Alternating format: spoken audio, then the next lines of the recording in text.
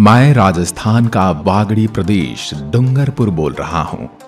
छोटे छोटे डूंगर पहाड़ होने के कारण मुझे डूंगरपुर के नाम से जाना जाता है। मेरा प्राचीन नाम डूंगरिया भील की ढाणी था।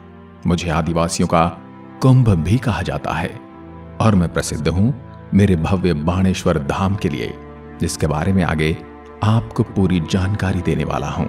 आपको बता दूं, मैं हूं तो राजस्थान का भाग, लेकिन गुजरात के बिना और गुजरात मेरे बिना पूरा नहीं हो सकता।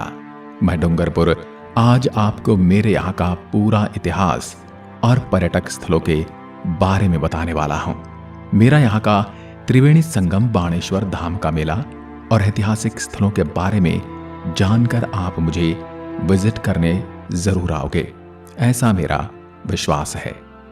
मैं डूंगरपुर अगर मेरी स्थापना की बात करूं तो मेरी स्थापना 13वीं शताब्दी में राजा डूंगरिया भील ने की थी। रावलवीर सिंह ने भील प्रमुख डूंगरिया को हराया, जिनका नाम पर मेरा नाम डूंगरपुर पड़ा था। मैं डूंगरपुर अपने सुंदर ऐतिहासिक मंदिरों के लिए विश्व भर में जाना जाता हूं। भारत का पहला महिला सहकारी मिनी बैंक भी मेरे ही शहर में स्थित है। मैं अपने ग्रीन ग्रेनाइट के कारण भी भारत में विशेष स्थान रखता हूं। मेरे ही बाणेश्वर में स्थित है राजस्थान का एकमात्र ऐसा मंदिर जिसमें खंडित शिवलिंग की पूजा होती है। इसके अलावा मैं राजस्थान का पूर्ण साक्षर आदिवासी जिला होने का गौरव रखता हूं। मेरे शहर में डूंगरपुर प्रजामंडल की स्थापना की हुई है, जो बागड़ के गांधी कहे जाने वाले भोगीलाल पांड्या ने 1944 में की थी। मैं डूंगरपुर अपने उदय विलास पैलेस के लिए प्रसिद्ध हूं, जिसका नाम उदय सिंह द्वितीय के नाम पर रखा गया था, जो बेजोड़ वास्तु शिल्प शैली का प्रमुख नमूना है। मेरे जिले में बागड़ की गंगा कही जाने वाली माही नदी बहती है। माही एकमात्र ऐसी नदी है जो राजस्थान में दक्षिण से प्रवेश करती है और वापस दक्षिण में ही निकल जाती है।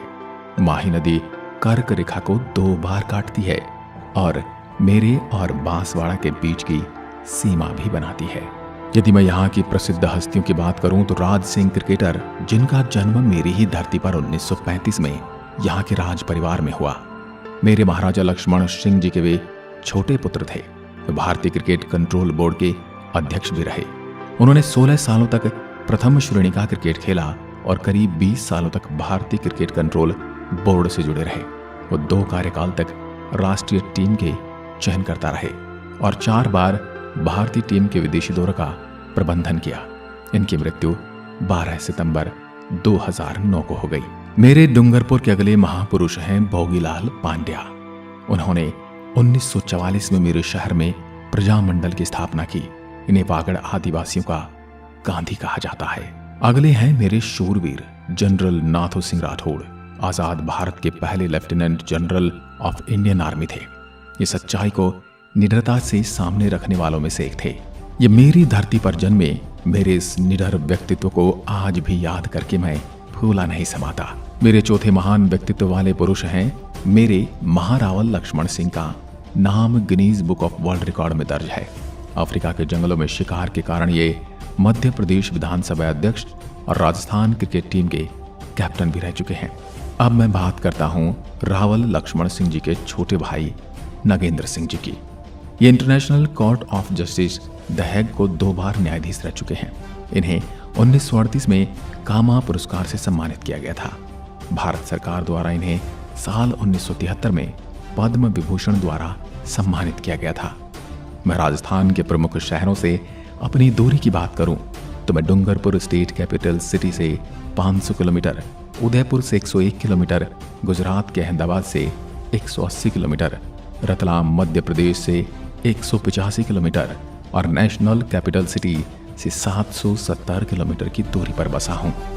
मैं डूंगरपुर अगर मेरे क्षेत्रफल की बात करूं तो मैं कुल 3770 वर्ग किलोमीटर की परिधि में फैला हूं। मैं राजस्थान का तीसरा छोटा जिला हूं।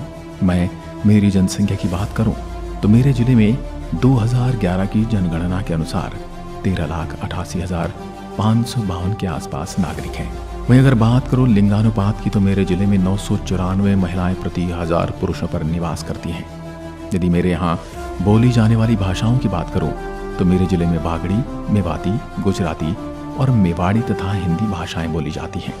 अगर मेरे महान रजिस्ट्रेशन नंबर की बात करूं तो मेरे जिले की गाड़ियां RJ12 से रजिस्टर्ड होती हैं। आधुनिक राजस्थान की एकलव्य कही जाने वाली भील बालिका कालीबाई मेरे ही जिले के रास्तापाल से संबंधित थे। आपको बता दूं, मेरे जिले के चिखली ब्लॉक से कारकर रेखा गुजरती है। मेरे यहाँ की रामकड़ा कला राजस्थान की प्रसिद्ध हस्तकलाओं में से एक है, जो मेरे शहर में देखी जा सकती है। पत्थर से निर्मित खिलौने रामकड़ा कहलाते हैं। मेरे यहाँ के इस उद्योग का प्रधान केंद्र गलियाकोट में स्थित है। मेरे डूंगरपुर जिले में छोटे छोटे बहुत डूंगरे हैं, इसलिए भी मुझे डूंगरपुर के नाम से जाना जाता है। मेरे ऐतिहासिक डूंगरपुर से उदयपुर को जोड़ने के लिए वर्तमान में सोम नदी पर 50 करोड़ की लागत से पुल निर्माण किया जा रहा है, जो संगमेश्वर महादेव मंदिर के पास होकर उदयपुर को मेरे जिले से जोड़ेगा, जिससे मेरे यहाँ आने वाले पर्यटकों को और सुविधाएं मिलेंगी। आपको बता दूं, मैं राजस्थान की सबसे ज्यादा हिंदू जनसंख्या वाला जिला हूँ। आपको बता दूं, मेरे यहाँ आदिवासी भील और मीणा जाति के लोग गाँव में देखने को मिलेंगे। डामोर जनजाति भी मेरे ही अंदर निवास करती है। मेरे यहाँ के जंगलों में महुआ नाम की देशी शराब भी बनाई जाती है। जब महुआ के पेड़ पर फूल उगते हैं तो बड़े से लेकर छोटे बच्चों तक महुआ के फूलों को बीनते हुए आप देख सकते हैं, और उसके बाद उस पर महुआ जाती है। मेरे यहाँ के लोगों के लिए होली यहाँ का सबसे महत्वपूर्ण और उत्साहित त्योहार है। होली के 15 दिन पहले ही ढोल बजाए जाते हैं और शाम को किसी भी मंदिर या चौराहे के प्रांगण में लड़के लड़कियां नृत्य करते हैं, जिसे गैर नाम से जाना जाता है। आपको बता दूं, आज शिक्षा मेरे इन्हीं आदिवासियों में बढ़ रही है। स्कूल में लड़कियों की संख्या ज्यादा से ज्यादा दिखेगी। सबसे ज्यादा मेरे बच्चे यहाँ पर शिक्षक, शिक्षिका और पुलिस में भर्ती होने की रुचि रखते हैं। अब मैं आपको लिए चलता हूँ मेरे पर्यटक और दर्शनीय स्थलों की ओर। सबसे पहले चलते हैं बाणेश्वर धाम की ओर। मेरे मुख्य शहर से 60 किलोमीटर की दूरी पर स्थित है। मेरे इस मंदिर में इस क्षेत्र का सबसे प्रसिद्ध और पवित्र शिवलिंग स्थापित है। यह मंदिर सोम, माही और जाखम नदियों के संगम पर बना है, जिसे मेरे यहाँ के निवासी और पर्यटक त्रिवेणी संगम के नाम से जानते हैं, और इसे बागड़ के कुंभ के नाम से भी जाना जाता है। यहाँ लगने वाले भव्य मेले में आपको आदिवासियों के कई रूप, नृत्य और मनमोहक छवियां देखने को मिलेंगी। बाणेश्वर धाम में लगने वाला यह मेला मेरे आराध्य प्रभु शिव को समर्पित है। श्रद्धालु जल में डुबकी लगाकर सबसे पहले भगवान के दर्शन करने को आतुर रहते हैं। मेले के साथ साथ देव दर्शन, खरीदारी के सामान, आदिवासियों के औजार, अस्थि विसर्जन, खूबसूरत पनघट घाट आदि देख और खरीद सकते हैं। माघ शुक्ल एकादशी से माघ शुक्ल पूर्णिमा तक यहाँ का मेला लगता है। हो सके आप जरूर इस मेले का आनंद उठाएं। भगवान शिव के मुख्य मंदिर में दर्शन करते हुए आप शिव मंदिर के पास ही भगवान विष्णु का मंदिर है, वहां भी दर्शन अवश्य करें। मेरे इस मंदिर का निर्माण 1793 में हुआ था। इस मंदिर के बारे में माना जाता है कि इसी जगह पर भगवान कृष्ण के अवतार माओ जी ने ध्यान लगाया था, जो कि डूंगरपुर जिले में स्थित गेब सागर झील के ऊपर से पैदल चलकर बाणेश्वर धाम पहुंचे थे। यहाँ पर एक और मंदिर भी है जो ब्रह्मा जी को समर्पित है, वहां आप जरूर जाना। अब मैं आपको मेरे संग्रहालय लिए चलता हूँ, जहां पर आप आदिवासियों के तत्कालीन बागड़ प्रदेश के इतिहास की जानकारी, विभिन्न स्थानों से प्राप्त पाषाण प्रतिमाएं, प्राचीन सिक्कों का संग्रह देख सकते हैं। यहाँ पर बागड़ प्रदेश की संस्कृति को प्रदर्शित किया जाता है। कई दुर्लभ वस्तुएं संग्रहालय में देखी जा सकती हैं। मेरे इसी संग्रहालय का पूरा नाम है राजमाता देवेंद्र कुंवर राज्य संग्रहालय और सांस्कृतिक केंद्र। अब आता है जूना महल। दर्शकों, ये महल पुरानी सदी का सबसे पुराना महल है। सफेद पत्थरों से बने से 7 मंजिला महल का निर्माण 13वीं शताब्दी में हुआ था। इसकी विशालता को देखते हुए यह महल से अधिक किला प्रतीत होता है। इसका प्रचलित नाम पुराना महल है। इस महल का निर्माण तब हुआ था जब मेवाड़ वंश के लोगों ने अलग होकर मेरे यहाँ अपना साम्राज्य स्थापित किया था। महल के बाहरी क्षेत्र में बने अनेक जाने के संकरे रास्ते दुश्मन के बचाव के लिए बनाए गए थे। महल के अंदर की सजावट में कांच, शीशों और लघु चित्रों का प्रयोग किया गया था। महल की दीवारों और छतों पर मेरे शहर के इतिहास और 16वीं 18वीं शताब्दी के बीच राजा रह चुके व्यक्तियों के चित्र उकेरे गए हैं। आज मेरे इस महल को आम लोगों के लिए बंद कर दिया गया है। इस महल में केवल वो मेहमान जा सकते हैं जो उदय विलास महल में ठहरे हों, लेकिन मेरे हिसाब से ये मुझे गलत लगता है। लेकिन आज के प्रशासन के आगे मैं कुछ नहीं कर सकता, क्योंकि संस्कृति सबकी होती है, किसी अमीर या गरीब की नहीं। अब चलते हैं केव सागर झील। इस झील के सुंदर प्राकृतिक वातावरण में कई पंछी रहते हैं, इसलिए यहाँ बड़ी संख्या में पक्षियों को देखने में रुचि रखने वाले यहाँ आते हैं। झील के पास श्री श्रीनाथ जी का प्रसिद्ध मंदिर है। मंदिर परिसर में मुख्य मंदिर के अलावा कई छोटे छोटे मंदिर हैं। इनमें से एक मंदिर विजय राज राजेश्वर का है, जो भगवान शिव को समर्पित है। मेरी इसी झील के पास बना है बादल महल, जो मेरे यहाँ के पेरवा पत्थरों से निर्मित है। इस पर बेटी बचाओ के संदेश भी देखने को मिलते हैं।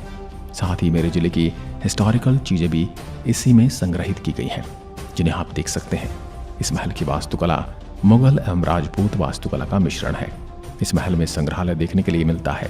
साथ ही आप उदय विलास पैलेस भी निहारते हुए आना, जो कि गैप सागर झील के पास ही बनी हुई है। अब मैं आपको लिए चलता हूँ नाना भाई पार्क एवं चिड़ियाघर। मेरे शहर का ये वाला पार्क भी गैप सागर झील के किनारे पर स्थित है, जो कि एक मुख्य शहर में स्थित है। आप इस पार्क में आसानी से पहुंच सकते हैं। यह चिड़ियाघर मेरे नगर परिषद के द्वारा प्रबंधित किया जाता है। इस चिड़ियाघर में प्रातः 6 बजे से 9 बजे तक आप आ सकते हैं और शाम को 5 से 10 बजे तक आप आ सकते हैं। यहाँ आपको बहुत सारे पक्षी भी देखने को मिलते हैं।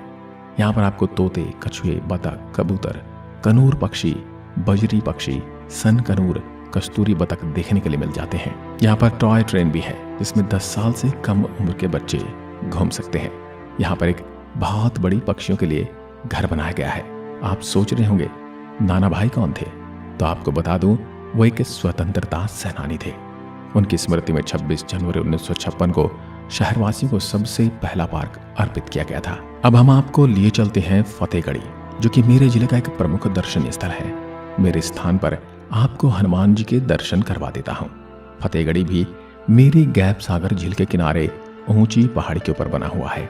इस स्थल से आप मेरे जिले का सुंदर दृश्य देखने के लिए आपको मिलता है।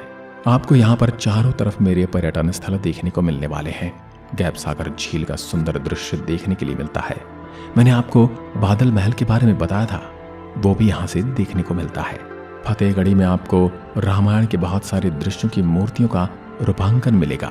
यहाँ पर आपको एक झरना देखने को मिलने वाला है। मेरी यह जगह बड़ी ही सुंदर है और आप अपना अच्छा समय यहाँ बिता सकते हैं। यहाँ पर महंत संत स्वामी विवेकानंद जी की बड़ी सी मूर्ति भी देखने को मिलेगी। रंगीन फाउंटेन, रंगीन लाइटों का आनंद भी आप उठा सकते हैं। यहीं से हम चलते हैं बर्ड सेंचुरी पार्क। इसमें कई तरह के फूलों को उगाया गया है। इस पार्क में आप गुलाब के फूल, इसके अलावा इसमें स्विमिंग पूल भी है और यहाँ पर मेरे शहर को देखने के लिए दूरबीन भी लगी हुई है और बांस को बांधकर भी सिटी व्यू पॉइंट बनाए गए हैं। मेरे प्यारे दर्शकों, अब मैं आपको लिए चलता हूँ एक ही ऊंची पहाड़ी पर बैठी मेरी माँ धनमाता मंदिर, जो कि मेरे यहाँ का प्रसिद्ध मंदिर है। माँ का यह मंदिर धनमाता पहाड़ी पर स्थित है। यहाँ पर आपको धान माता मंदिर और काली माता के दर्शन करने को मिलेंगे। यह मंदिर ऊंची पहाड़ी पर बना हुआ है। यहाँ पर आपको प्राचीन विजयगढ़ किला भी देखने के लिए मिलता है, जो खंडहर अवस्था में पहुंच गया है। आप इस मंदिर में घूम सकते हैं। यहाँ पर सुंदर गार्डन बनाया गया है। मंदिर तक पहुंचने के लिए सीढ़ियां बनी हुई है।